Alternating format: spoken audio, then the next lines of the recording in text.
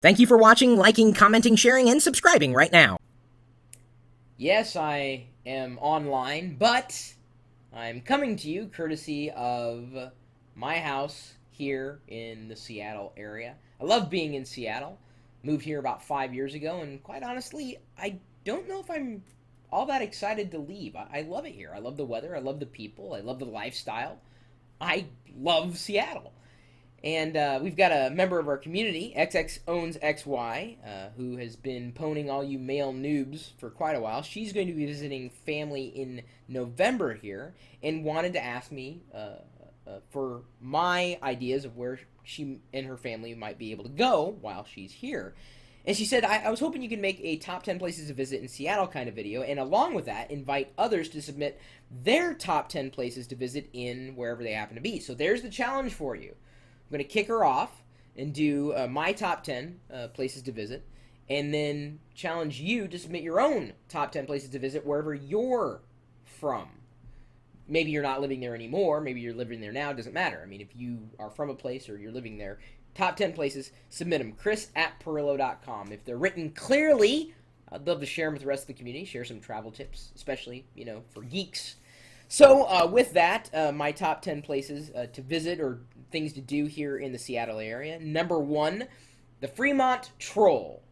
It's a sculpture underneath a bridge. It's this troll that artists assembled, and it's just there. It doesn't cost anything. You just go and you see the Fremont Troll. In fact, when the people who created the Reboot conference were in town, they emailed me and said, "Hey, what do you want to do?" I said, "Well, I can drive you around." And they're like, "Well, we're not really into sightseeing." I'm like, "Do you want to see the Fremont Troll?" And they're like, "Sure." So they enjoyed it.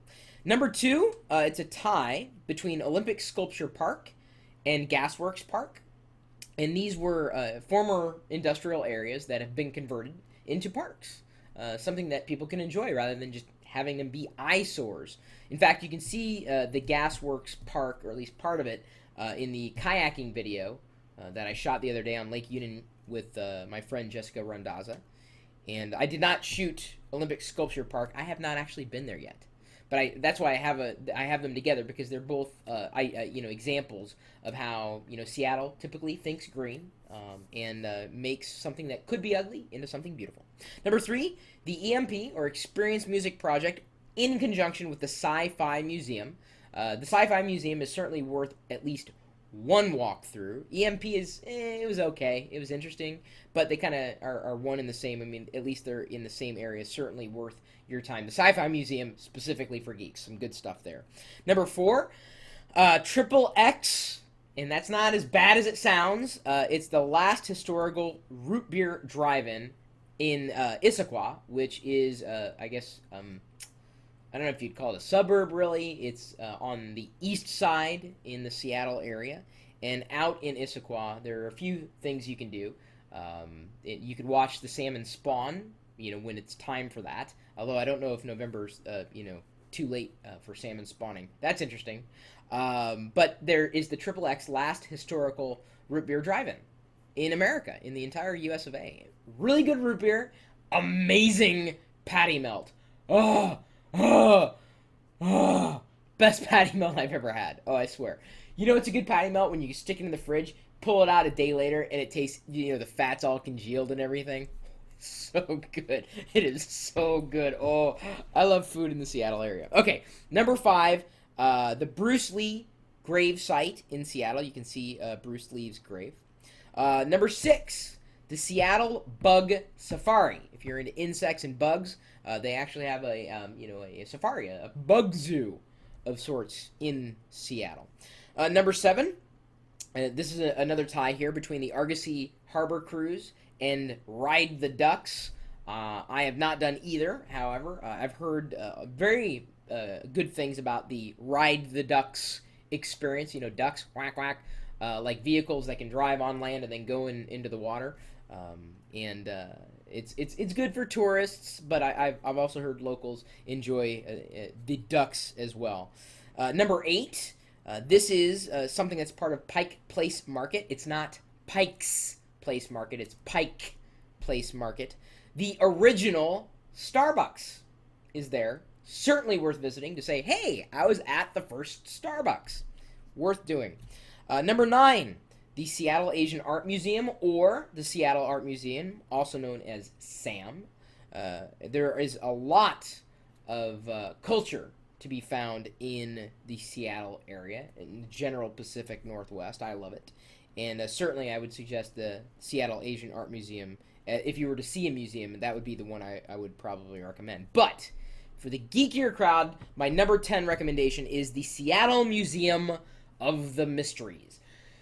Like freaky stuff. UFOs, ghosts, Sasquatch, or Bigfoot, like wacky stuff. If you are into the paranormal and you're in Seattle, consider visiting the Seattle Museum of the Mysteries. The website looks like it was designed in 1996, but it's still worth checking out if you are into the weird things in life. My top 10 right there for you, and let me give you a bonus top 10. I asked my friend Michelle, who you might remember from the series of video game review videos that we've done. She's got a couple more coming up. I asked her tonight, I said, give me your top 10 for Seattle. And interestingly enough, she recommended some of the same things that I had. Number 10, horseback riding up Tiger Mountain. Number 9, Twin Falls hike. Number 8, enjoy the hot springs at Goldmeyer Hot Springs. Number 7, ghost tour of Seattle. 6, go on a tour of Seattle sculptures, or walk along the Olympic Sculpture Park. There's that one. Number 5, the Japanese Gardens, which I have toured as well. Interesting. Good, for photo opportunities. Number 4, chocolate tour downtown, or wine tour. Argosy tour to Victoria for afternoon tea. Walla Walla wine right here. Number 2, walk around Green Lake and stop for coffee or lunch.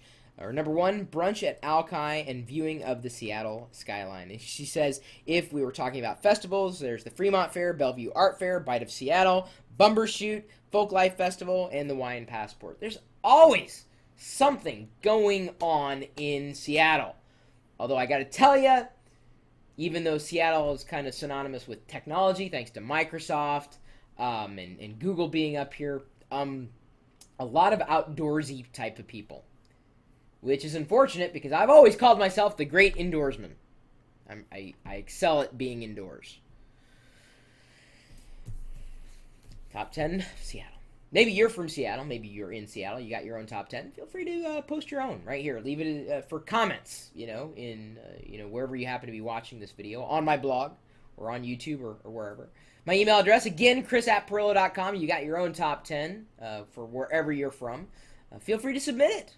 Love to share what you got. I'd love to, learn more about the community and where they're from and what they like doing, certainly.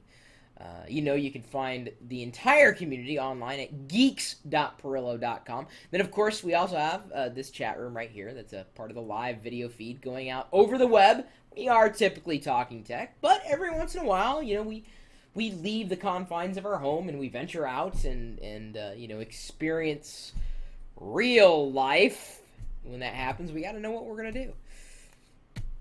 So help us out. But if you want to talk about hardware, software, services, whatnot, you're more than welcome to join us 24 hours a day, 7 days a week, right here at live.pirillo.com. We'll see you later.